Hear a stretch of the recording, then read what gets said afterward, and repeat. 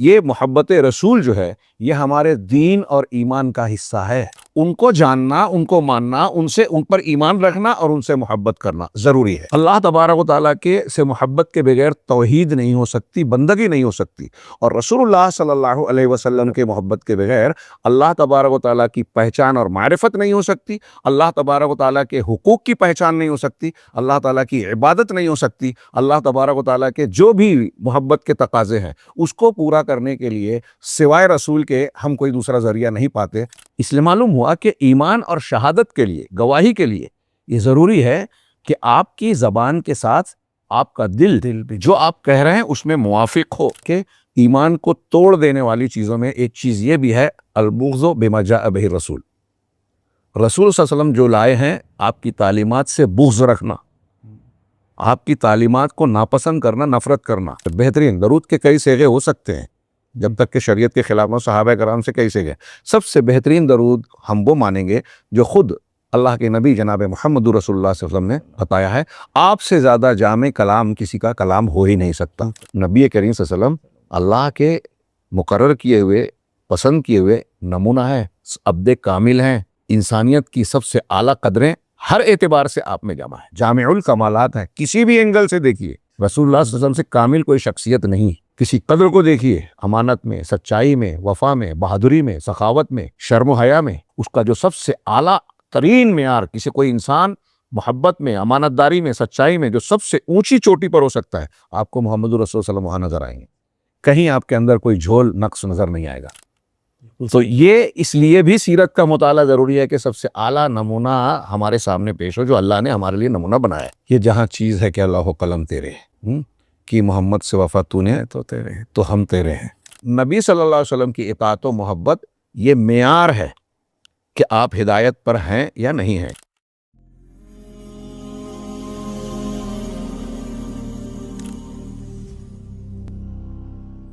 بسم اللہ الرحمن الرحیم. الحمد للہ رب العالمین والصلاة والسلام علی رسولہ الکریم، اما بعد. محترم ناظرین، السلام علیکم ورحمۃ اللہ وبرکاتہ.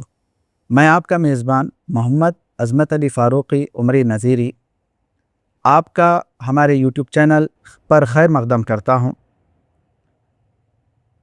محترم ناظرین، یوں تو دنیا میں انسان بہت چیزوں سے محبت کرتا ہے جو اس کو فائدہ بھی دیتی ہیں اور نقصان بھی پہنچاتی. لیکن آج ہم ایسی محبت کے بارے میں گفتگو کریں گے جو انسان کو دنیا میں بھی اور آخرت میں بھی بہت زیادہ فائدہ پہنچانے والی ہے. تو ہمارا موضوع ہے محبت رسول ہے. تو اس موضوع پر ہم گفتگو کریں گے. ہمارے ساتھ ہمارے مہمان موجود ہیں. آئیے میں آپ سے ان کی ملاقات کراتا ہوں. ہمارے مہمان ہیں فضیلت الشیخ ابو رضوان محمدی حفظہ اللہ. شیخ السلام علیکم ورحمۃ اللہ وبرکاتہ. وعلیکم السلام ورحمۃ اللہ وبرکاتہ. ہمارے یوٹیوب چینل آپ کا خیر مقدم کرتا ہوں اور دعا کرتا ہوں اللہ رب العالمین سے کہ آپ ہمارے چینل پر آئے. اس پر ہم بڑے شکر گزار ہیں. وعلیکم السلام ورحمۃ اللہ وبرکاتہ. میں بھی اللہ تعالیٰ سے دعا کروں گا کہ ہماری یہ ملاقات ہمارے لیے، تمام ناظرین کے لیے، اللہ رب العالمین دین اور دنیا کے لیے مفید بنائے. آمین آمین. شیخ، ہمارے اس مجلس کا آغاز کرتے ہوئے آپ سے میں پہلا سوال کرتا ہوں. محبت رسول کا صحیح مفہوم کیا ہے؟ بہت سارے مفہوم بتائے جاتے ہیں، لیکن کتاب و سنت کے ذریعے سے صحیح مفہوم کیا ملتا ہے؟ دیکھیے، محبت یہ لفظ بڑا عام ہے اور لوگوں کے لیے معروف ہے. یہ انسان کا ایک جذبہ ہے اور ہم اس کی لغوی تعریف یا سمجھنے کے لیے یہ کہہ سکتے ہیں کہ یہ بغض، عربی میں بغض کہیں گے، اردو میں نفرت کہہ لیجیے. نفرت کی ضد ہے محبت. اور جیسا کہ آپ نے اشارہ کیا کہ محبت کے مختلف درجات ہیں. یہ جذبہ فطری طور سے ہر انسان اور ہر مخلوق میں ہوتا ہے. الگ الگ محبتیں ہوتی ہیں. باپ سے محبت، بیٹے سے محبت، شوہر بیوی کی محبت، اور ایسے ہی دوسرے رشتہ داروں اور متعلقین سے محبت ہوتی ہے جو ایک جذبے کا نام ہے. ان محبتوں کے اظہار کا الگ الگ انداز ہوتا ہے اور الگ الگ طریقہ ہوتا ہے. ہم اور آپ اچھی طرح سمجھ سکتے ہیں کہ ایک آدمی اپنی والدہ سے جو محبت کرتا ہے اور اپنی بیٹی سے جو محبت کرتا ہے، اپنی بیوی سے جو محبت کرتا ہے، ان محبتوں کو ہم ایک ہی لفظ سے تعبیر کرتے ہیں، لیکن اس کے اظہار کا، اس سے متعلق معاملات اور برتاؤ کا مظاہرہ الگ الگ انداز میں ہوتا ہے۔ کہیں احترام ہوتا ہے، کہیں ایک دلی لگاؤ اور باہمی تلذذ اور استمتاع کا جذبہ ہوتا ہے، کہیں شفقت اور رحمت کا جذبہ ہوتا ہے۔ الگ الگ محبتیں ہیں، یہ ایک فطری جذبہ ہے جیسا کہ میں نے کہا، لیکن یہ ساری محبتیں اپنے لیے کچھ حدود رکھتی ہیں، کچھ اصول اور ضابطوں کی متقاضی ہوتی ہیں۔ اگر ان ضابطوں کا لحاظ نہ کیا جائے تو اس میں بے اعتدالی آتی ہے، افراط یا تفریط۔ ہم نے ان محبتوں کا ذکر کیا اور اس کے بعد آپ نے جو سوال کیا کہ محبت رسول اس کا حقیقی مفہوم کیا ہے؟ محبت رسول اللہ تعالیٰ کی محبت کا ایک حصہ ہے، اللہ کی محبت، اللہ کی محبت کا ایک حصہ میں کہوں گا۔ اور اللہ تبارک و تعالیٰ سے محبت، یوں کہیے کہ عبودیت اور بندگی جس کے لیے اللہ تبارک و تعالیٰ نے جن و انس کو پیدا کیا، وما خلقت الجن والانس الا لیعبدون، جس مقصد کے لیے اللہ نے بندوں کو پیدا کیا، یہ اس سے جڑی ہوئی ایک عظیم چیز ہے، یا عظیم مقامات میں سے ایک مقام ہے۔ آپ نے عبادت کے جو اصطلاحی تعریف ہے، لغوی طور پر اس کا معنی ہوتا ہے عاجزی، تذلل۔ اصطلاحی تعریفات کئی کی گئی ہیں، اس میں سے ایک متداول تعریف یہ ہے کہ غایت الذل مع غایت المحبہ، اللہ کے سامنے انتہائی ذلت اختیار کرنا انتہائی محبت کے ساتھ۔ مطلب اگر یہ محبت نہ ہو تو اللہ کی عبادت کا تقاضا پورا نہیں ہوگا۔ اور یہاں یہ فرق بھی ملحوظ رہے کہ دنیا کے دیگر تعلقات سے جو محبت ہوتی ہے اس میں ایک انسان کا فطری جذبہ ہے، ایک دوسرے سے تعاون، مدد لینے اور دینے کا ایک مقصد ہوتا ہے، جبکہ اللہ تبارک و تعالیٰ سے جو محبت ہوگی وہ اللہ تعالیٰ کی بندگی اور اس کی تعظیم اور خضوع اور خشوع کے ساتھ ہوتا ہے۔ جیسا کہ میں نے کہا کہ یہ عبودیت کا اعلیٰ مقام ہے، اللہ تبارک و تعالیٰ سے محبت۔ والذین آمنوا اشد حبا للہ، ایمان والے سب سے سخت اور سب سے اعلیٰ محبت اللہ کی رکھتے ہیں۔ میں نے بتایا کہ یہ اللہ کی محبت اللہ کی بندگی اور توحید کا اصل اور بنیادی حصہ ہے۔ اب اللہ سے محبت کرنا ہے تو کیسے کی جائے؟ اس کی تفصیلات میں ایک مختصر جواب یہ ہوگا کہ اللہ کے نبی جناب محمد رسول اللہ صلی اللہ علیہ وسلم کی محبت کے بغیر اللہ کی محبت ہم حاصل نہیں کر سکتے۔ آپ کی اتباع اور اچھی طریقے سے آپ کی مطابقت اور تابعداری کیے بغیر اللہ تبارک و تعالیٰ کے تعلق سے جو محبت کے تقاضے ہیں ان کی تکمیل کوئی انسان کر ہی نہیں سکتا۔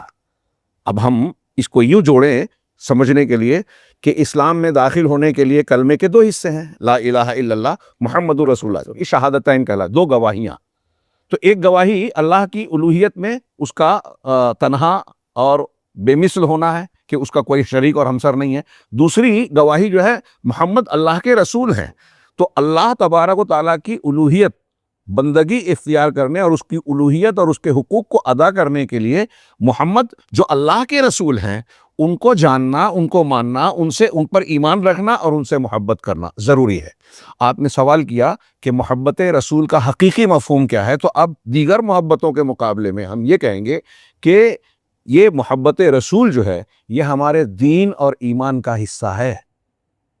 اللہ تبارک و تعالیٰ کے سے محبت کے بغیر توحید نہیں ہو سکتی، بندگی نہیں ہو سکتی، اور رسول اللہ صلی اللہ علیہ وسلم کے محبت کے بغیر اللہ تبارک و تعالیٰ کی پہچان اور معرفت نہیں ہو سکتی، اللہ تبارک و تعالیٰ کے حقوق کی پہچان نہیں ہو سکتی، اللہ تعالیٰ کی عبادت نہیں ہو سکتی۔ اللہ تبارک و تعالیٰ کے جو بھی محبت کے تقاضے ہیں اس کو پورا کرنے کے لیے سوائے رسول کے ہم کوئی دوسرا ذریعہ نہیں پاتے۔ اہل علم کا ایک بڑا پیارا قول ہے، علامہ ابن قیم کہتے ہیں کہ ہمارے جتنے بھی اقوال افعال رسول جو ہیں وہ سب سے بڑا میزان ہے، ترازو ہے۔ انسان کے اقوال ہوں، عقائد ہوں، اعمال ہوں، عبادت ہوں، ان کا صحیح یا غلط ہونا، قابل قبول یا قابل رد ہونا اسی میزان پر تولا جائے گا۔ اگر رسول کی تعلیم آپ کے اسوے کے مطابق بندے کا عقیدہ ہے، عبادت ہے، اعمال ہے، اخلاق ہے، معاملات ہیں، تو اللہ کے یہاں مقبول ہے۔ اگر نہیں ہے تو مقبول نہیں ہے۔ اس ساری جو تھوڑا سا میں نے چند اشارات کیے ہیں، اس تناظر میں آپ دیکھیں گے تو محبت رسول کا حقیقی مفہوم یہ ہے کہ اللہ تبارک و تعالیٰ کے ساتھ ساتھ آپ پر، اللہ کے رسول پر ایمان رکھا جائے، اس ایمان میں آپ کی اطاعت، آپ سے محبت، اور اس محبت میں اللہ کے حکم کی تعمیل اور عقیدت و احترام کا جذبہ۔ اگر ہم آگے کی گفتگو کریں، ابھی طویل ہو جائے گی بات، تو اللہ کے نبی صلی اللہ علیہ وسلم کے جو حقوق بیان کیے گئے اس میں محبت کے ساتھ ادب و احترام بھی شامل ہے۔ جیسے کہ میں نے ابھی مثال میں کہا تھا کہ ایک آدمی ماں سے محبت کرتا ہے، بیوی سے بھی محبت کرتا ہے، لیکن آپ دیکھیے کہ ماں کی محبت میں احترام و تقدس ہوتا ہے، اور بیوی کی محبت میں محبت کے جذبات کا معاملہ تو ہوتا ہے، لیکن ماں کی محبت کی طرح وہ احترام اور تقدس والا پہلو نہیں ہوتا، الگ ہی پہلو۔ اب الگ پہلو ہوتا ہے۔ اب نبی کریم صلی اللہ علیہ وسلم سے جب محبت کی جائے گی تو وہاں اس تقاضے میں اپنے آپ اور دنیا کی ساری چیزوں، جتنے بھی انسان کے تعلقات ہیں، ان کے مقابلے میں کہیں بڑھ کر آپ کی توقیر، تعظیم، احترام، ادب، آپ کے حقوق کا لحاظ اور آپ کی اطاعت کا جذبہ اس میں شامل ہوگا۔ اب اس میں ہم ایمان کو جب جوڑتے ہیں تو ایمان یا شہادت محمد رسول اللہ کا جو بنیادی تقاضا ہے کہ آپ نے جو خبریں دی ہیں اس کو ماننا، آپ نے جو حکم دیا ہے اس پر عمل کرنا، آپ نے جن چیزوں سے منع کیا ہے اس سے رک جانا، آپ کی بات کو دوسروں کی تمام کی باتوں پر مقدم کرنا محبت رسول کے لیے ضروری ہے۔ اگر ایک آدمی محبت رسول کا دعویٰ کرتا ہے لیکن اللہ کے رسول صلی اللہ علیہ وسلم کی کسی بات پر اس کو اعتراض ہے، جانتا ہے کہ یہ رسول کی بات ہے لیکن وہ ہضم نہیں کر رہا ہے، قبول نہیں کر رہا ہے، یا ایک دوسری شکل کہ کسی پیر کو، کسی امام کو، کسی بزرگ کو، کسی کو کتنا بھی بڑا درجہ ہو، اس کی بات کو رسول اللہ صلی اللہ علیہ وسلم کی بات کے مقابلے میں ترجیح دیتا ہے، تو وہ محبت رسول کے تقاضے کو یا مفہوم کو نہیں سمجھ رہا ہے۔ یہ میں نے اپنے الفاظ میں مفہوم کو، محبت رسول کے مفہوم کو بتانے کی کوشش کی۔ جزاکم اللہ شیخ۔ اسی طرح قرآن و حدیث میں محبت رسول کے متعلق کیا تعلیمات بتائی گئی؟ چند تعلیمات کو واضح کریں گے۔ نبی کریم صلی اللہ علیہ وسلم سے بحیثیت پیغمبر امتیوں کو محبت کرنے کے ہمہ گیر تعلیمات قرآن و حدیث میں موجود ہیں۔ ہم اسے کئی پہلوؤں سے دیکھ سکتے ہیں کہ اللہ کے رسول صلی اللہ علیہ وسلم پر ایمان لانا، آپ کی خبروں پر تصدیق کرنا، آپ کی خالص اتباع اور اطاعت کرنا، آپ کے فیصلے اور حکم پر ظاہراً اور باطناً، یعنی ظاہراً اور باطناً سر جھکا دینا، یعنی تسلیم و رضا اختیار کرنا، نہ ظاہر میں مخالفت کرے بندہ اور نہ باطن میں اس میں حرج اور تنگی محسوس کرے، آپ کی محبت کو جس دوسری محبتوں پر ترجیح دینا۔ تھوڑی سی تفصیل میں چاہوں گا کہ بیان کی جائے، تو اس سلسلے میں ہم کہہ سکتے ہیں کہ جناب محمد رسول اللہ صلی اللہ علیہ وسلم کے تعلق سے قرآن کا ایک فرمان آپ دیکھیے، سورۃ الاحزاب میں اللہ نے فرمایا کہ النبی اولا بالمؤمنین من انفسہم۔ اگر آپ کے سوال کے جواب میں صرف اس پر غور کیا جائے تو ایک جامع فرمان الہی ہے کہ نبی کی ذات، نبی کی شخصیت مسلمانوں کے نزدیک خود ان کے نفس سے، ان کی اپنی ذات سے زیادہ حق رکھتی ہے، یعنی ہم اپنے آپ پر جتنا حق رکھتے ہیں اس سے زیادہ نبی ہم پر حق رکھتے ہیں۔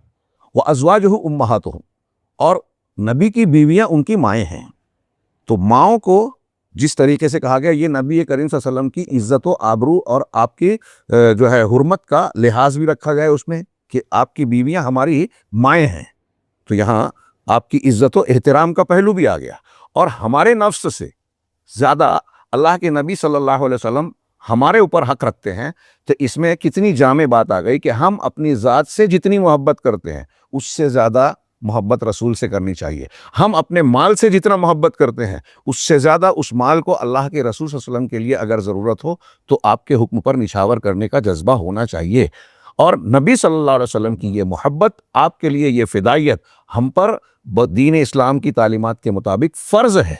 ہاں، اللہ کے رسول صلی اللہ علیہ وسلم کی مشہور حدیث ہے لا یؤمن احدکم حتی اکون احب الیہ من والدہ وولدہ والناس اجمعین، یہ بخاری کے الفاظ ہیں، مسلم میں پہلے ولد کا لفظ ہے کہ تم میں سے کوئی شخص مومن نہیں ہو سکتا جب تک کہ میری ذات اس کے نزدیک اس کے باپ سے، اس کے بیٹے سے اور دنیا کے تمام لوگوں سے زیادہ محبوب نہ ہو جائے۔ مسلم شریف وغیرہ کے ایک حدیث کے الفاظ میں من اہلہ و مالہ کا بھی لفظ ہے کہ اس کے اہل و عیال اور اس کے مال سے زیادہ محبوب جب تک کہ میں نہ بن جاؤں۔ حضرت عمر فاروق رضی اللہ تعالیٰ عنہ کا واقعہ معلوم ہے کہ انہوں نے کہا کہ اللہ کے رسول صلی اللہ علیہ وسلم میرے نزدیک آپ سب سے زیادہ محبوب ہیں سوائے میری ذات کے، نفس کے، میری جان کے۔ آپ نے کہا کہ نہ، اس وقت تک تم کامل نہیں ہو سکتے جب تک کہ تمہاری ذات اور نفس سے بھی زیادہ میں محبوب نہ ہو جاؤں۔ نبی کریم صلی اللہ علیہ وسلم، حضرت عمر نے بعد میں کہا کہ اللہ کے رسول اب میں اپنی ذات سے بھی زیادہ آپ سے محبت کرتا ہوں۔ کہا الآن یا عمر، اب اے عمر تم اپنے دین میں، اپنی محبت میں کامل ہوئے۔ دوسری چیز، بہت سی آیتیں اللہ کے رسول صلی اللہ علیہ وسلم کی اطاعت اور اتباع کے احکامات میں، مجھے یاد پڑتا ہے کہ امام احمد کہتے ہیں رسول کی اطاعت کے لیے کم و بیش کم سے کم 30 آیتوں میں اللہ نے اطیعوا اللہ کے ساتھ اطیعوا الرسول، اطیعوا الرسول، اللہ کی رسول اور رسول کی اطاعت مستقلاً کہی۔ اللہ کی اطاعت مستقل ہے، رسول کی اطاعت دنیا میں ایک مومن بندے کے لیے اللہ کی اطاعت اور رسول کی اطاعت کے علاوہ کوئی اطاعت مستقل نہیں ہے۔ یعنی کوئی حاکم وقت ہو، خلیفۃ المسلمین ہے، اس کی سم اطاعت کرنی ہے، لیکن مستقل نہیں ہے، اللہ اور رسول کی اطاعت کے تابع ہے۔ ماں باپ سے محبت ہے، ماں باپ کی اطاعت فرض ہے، لیکن اللہ اور اس کے رسول کی محبت اور اطاعت کے تابع ہے۔ تو اس بات کو، پہلو کو نظر میں رکھا جائے کہ اللہ کے رسول صلی اللہ علیہ وسلم پر ایمان کا مطلب کیا ہے؟ کہ آپ کی تصدیق کی جائے، آپ کی باتوں کو سچ مانا جائے، آپ سے ثابت شدہ حدیثوں میں چوں چرا کرنا، شک کرنا، یہ ایمان کے منافی ہے، اس لیے کہ ایمان یقین کا نام ہے۔ ایک بات یہ، دوسرا آپ کی اتباع اور اطاعت کرنا۔ اتباع میں کئی پہلو آتے ہیں، ایک تو یہ کہ آپ کے احکامات کو بالکل اخلاص کے ساتھ خالص طور پہ قبول کر لیا جائے، اپنے عمل میں لایا جائے۔ دوسرا، آپ کے جو فیصلے ہیں ان فیصلوں کو بلا چوں چرا تسلیم کیا جائے، اس میں چوں چرا نہ کیا جائے۔ جیسے اللہ تعالیٰ کا فرمان ہے فلا وربک لا یؤمنون حتی یحکموک فیما شجر بینہم ثم لا یجدوا فی انفسہم حرجا مما قضیت ویسلموا تسلیما۔ تیرے رب کی قسم، وہ لوگ مومن نہیں ہو سکتے جب تک کہ اپنے جھگڑوں میں آپ کو فیصل نہ بنائیں۔ نبی کریم صلی اللہ علیہ وسلم جب موجود تھے تو آپ کی عدالت میں لوگ حاضر ہوتے تھے، اب آپ کی حدیث اور حدیث صحیحہ ثابتہ اور آپ کی سنت کے مطابق فیصلہ کیا جائے، آپ کی تعلیمات کی روشنی میں فیصلہ کیا جائے۔ تو اللہ تعالیٰ نے ایمان کے لیے یہ شرط قرار دی کہ اپنے معاملات، جھگڑے اور نزاعات کا فیصلہ ہم اللہ کے رسول صلی اللہ علیہ وسلم کے پاس لے جائیں، اور آپ کے مطابق آپ کا جو فیصلہ ہو اس کے تعلق ہے کہ یہ اپنے دلوں میں تنگی نہ محسوس کرے، اور پھر اپنے دلوں میں اس کے تعلق سے کوئی تنگی محسوس نہ کریں، یعنی کوئی شکایت شکوہ نہ ہو، وَيُسَلِّمُ تَسْلِيمًا، اور ظاہر میں بھی اس پر سر جھکا دے۔ نبی کریم صلی اللہ علیہ وسلم کے فیصلوں کے تعلق سے ہم سر جھکا۔ تیسری ایک چیز اسی اتباع میں آتی ہے کہ ہمارے جب جھگڑے ہوں، نزاعات ہوں، آپ کا میرا اختلاف ہو جائے، بالخصوص دینی امور میں، ہاں، اور دنیاوی امور بھی دین سے جڑے ہوئے ہیں، تو صاف حکم ہے وَأَطِیعُوا اللَّهَ وَأَطِیعُوا الرَّسُولَ وَأُولِي الْأَمْرِ مِنْکُمْ، اللہ کی اطاعت، رسول کی، دونوں مستقل، اولو الامر جو حکام اور علماء دونوں ہیں، لیکن میں نے کہا کہ یہ متابعت میں ہے، ان کی اطاعت کرتے ہوئے اللہ یا رسول کی اطاعت چھوڑی نہیں جائے گی۔ اب اللہ نے آگے کہا فَإِن تَنَازَعْتُمْ فِي شَيْءٍ، اگر تمہارا کسی معاملے میں نزاع ہو جائے، جھگڑا اختلاف ہو جائے، تو جھگڑا کس سے ہوگا؟ اللہ سے، رسول سے ہو سکتا ہے کیا؟ نہیں ہو سکتا۔ کوئی اگر اللہ اور رسول سے نزاع کرے تو یہ ان کی حق کے ہی خلاف ہوا، محبت کے خلاف ہوا، تصدیق کے خلاف ہوا، ایمان نہیں ہوگا، تو اختلاف ہوگا اولو الامر سے۔ تو اولو الامر سے اگر آپ کا اختلاف ہو رہا ہے یا آپس میں ہو رہا ہے، تو اللہ تعالیٰ نے آگے کیا کہا؟ فَرُدُّوهُ إِلَى اللَّهِ وَالرَّسُولِ، اسے اللہ اور اس کے رسول کی طرف لوٹاؤ، اللہ اور اس کے رسول کی طرف لوٹاؤ۔ إِن كُنتُمْ تُؤْمِنُونَ بِاللَّهِ وَالْيَوْمِ الْآخِرِ، اگر اللہ پر اور آخرت پر تمہارا ایمان ہے، ایمان کی یہ شرط ہے، تو معلوم یہ ہوا کہ نبی کے حقوق میں یہ ہے کہ ہم اپنے معاملات کو اللہ کے رسول صلی اللہ علیہ وسلم کی طرف لوٹا کے مسائل کا تصفیہ کریں، یہ حق ہوا۔ اسی طریقے سے ابھی ایک آیت میں نے ذکر کی یا اشارہ کیا تھا، اللہ تعالیٰ کا فرمان ہے سورہ فتح میں، اِنَّا أَرْسَلْنَاكَ شَاهِدًا وَمُبَشِّرًا وَنَذِيرًا، ہم نے آپ کو شاہد، گواہ، مبشر بشارت دینے والا، نذیر ڈرانے والا، تنبیہ کرنے والا بنا کر بھیجا۔ آگے اللہ نے فرمایا کیوں بھیجا، یہ مقامات اور یہ حیثیتیں کیوں دی؟ لِتُؤْمِنُوا بِاللَّهِ وَرَسُولِهِ وَتُعَزِّرُوهُ وَتُوَقِّرُوهُ وَتُسَبِّحُوهُ بُكْرَةً وَأَصِيلًا، تاکہ تم اللہ پر اور رسول پر ایمان لاؤ. اللہ پر ایمان کے ساتھ اللہ نے رسول پر ایمان کا بھی ذکر کیا.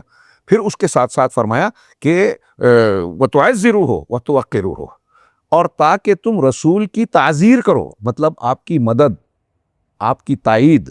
اس میں بہت ساری رسول کی نصرت کرنا ضروری ہے. اب اس نصرت میں نبی کریم صلی اللہ علیہ وسلم کی تعلیمات کو سیکھنا، اس پر عمل کرنا، اسے دوسروں تک پہنچانا، اور جو آپ کی شان میں گستاخی کرے یا آپ کی تعلیمات کو رد کرے، بدعتوں کا اختیار کرے، ان کا رد کرنا بھی تعزیر اور نصرت رسول میں شامل ہے.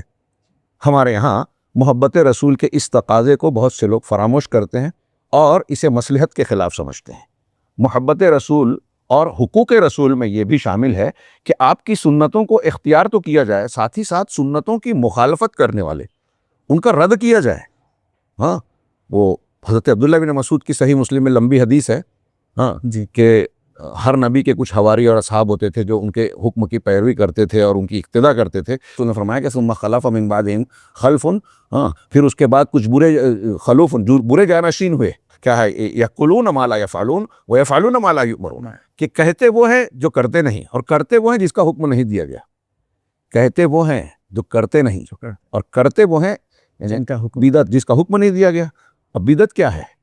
جس کا شریعت نے حکم نہیں دیا گیا اس پر عمل کر رہے ہیں.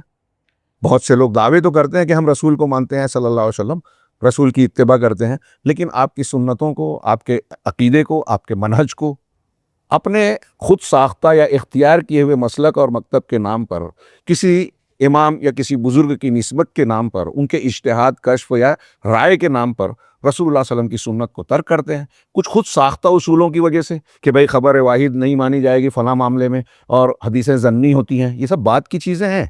ہاں، حدیثوں کا ظنی کہنا خیر ایک علمی بحث ہے، اس پر کسی اور موقع پر گفتگو ہو سکتی ہے. تو اس قسم کی باتیں کہہ کے اگر کوئی شخص اللہ کے نبی صلی اللہ علیہ وسلم کی سنتوں کو ترک کرتا ہے تو وہ اس کی بھی تردید کی جائے. تعزیر رسول میں یعنی حقوق رسول میں یہ شامل ہے.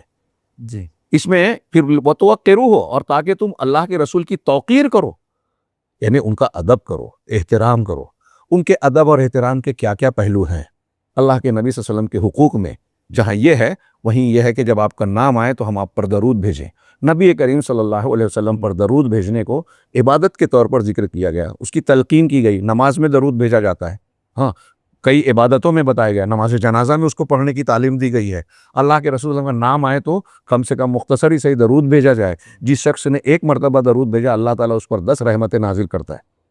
یہ اللہ کے رسول صلی اللہ علیہ وسلم کی محبت کے پہلو مختلف انداز میں آپ دیکھ سکتے ہیں کہ جتنے اعمال اور حقوق بتائے جا رہے ہیں، ان حقوق کو اگر کوئی شخص اگر محبت نہیں رکھتا تو کیا ان حقوق کو وہ ادا کر سکتا ہے؟ ان اللہ و ملائکتہ یصلون علی النبی یا ایھا الذین آمنوا صلوا علیہ وسلموا تسلیما. اللہ اور فرشتے بھی رسول پر درود بھیجتے ہیں. اللہ کا رسول بھیجنا ابو العالیہ تابعی ہیں، وہ کہتے ہیں کہ اس کا معنی یہ ہے کہ اللہ تعالیٰ فرشتوں میں آپ کی تعریف کرتا ہے، ثنا کرتا ہے. فرشتے رحمت کی دعا کرتے ہیں اور بندے بھی درود سلام بھیجتے ہیں تو دعا کرتے ہیں اللہ کے رسول صلی اللہ علیہ وسلم کے لیے. اب ایک آدمی اگر محبت رسول نہ رکھتا ہو تو کیا وہ درود بھیجنے کا، آپ کے حق میں دعائے خیر کرنے کا، درود السلام کا حق ادا کر سکتا ہے؟ نہیں کر سکتے. تو جتنے نبی کے حقوق بیان کیے گئے ہیں اگر آپ دیکھیں قرآن و حدیث نے بہت تفصیل کے ساتھ، ہاں وہ سب کے سب اللہ کے نبی صلی اللہ علیہ وسلم کی محبت کی تعلیمات کے مختلف پہلو ہیں.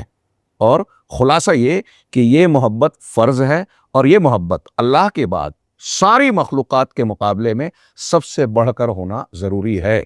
جو شخص یہ محبت نہیں رکھے گا وہ ایمان والا نہیں ہوگا، جیسا کہ میں نے کچھ نصوص کی طرف اشارہ کیا. جزاکم اللہ شیخ. شیخ ایک اور سوال ہے کہ محبت کے نام پہ تو بہت سارے زبانی دعوے ہوتے ہیں، کیا محبت رسول زبانی دعوے یا صرف جذباتی وابستگی ہے یا اس پر عملی پیروی بھی ہونی چاہیے؟ آپ کے اس سوال کے جواب میں 2-3 مثالیں پیش کرتا ہوں. جی بہت آسانی سے واضح ہو جائے گی گفتگو، بات چیت.